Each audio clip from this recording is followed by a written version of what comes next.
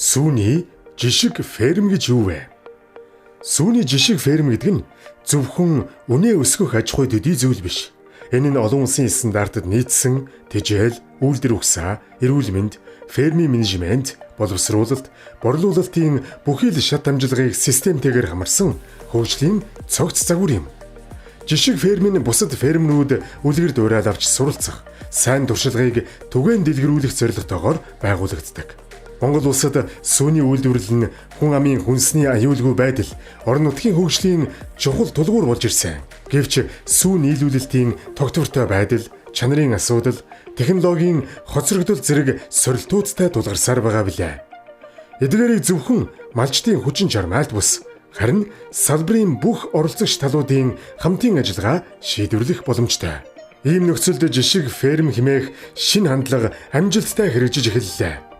Жишг ферм нь зөвхөн мал аж ахуй хөгжүүлэхэд бус, сүү боловсруулах үйлдвэр, тоног төхөөрөмж нийлүүлэгч, логистик үйлчлэгийн үзүүлэгч, худалдааны сүлжээ зэрэг бүх оролцогчдыг уялдаа холбоотой, тогтвортой хамтын ажиллагаанд нэгтгэхэд чиглэдэг.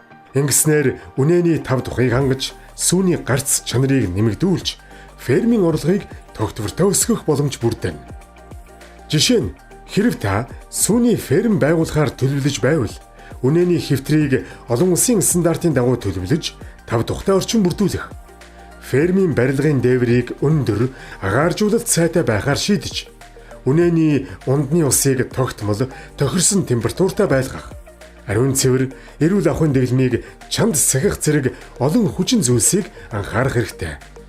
Түүнчлэн тэжээл тариалах талбай, бордоо боловсруулах систем, сүү хадгалах сав, тээвэрлэх замын зохион байгуулалтыг ч нарийн төлөвлөх шаардлагатай. Сүүний үйлдвэрлэл нь Монгол улсын эдийн засгийн өсөлт, хүнсний аюулгүй байдлыг баталгаажуулах стратегийн чухал салбар юм.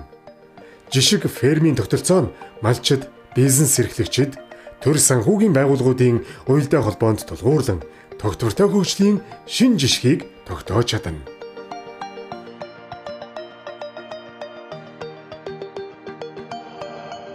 Хамтын өсөлт төгөлдөр хаан баг.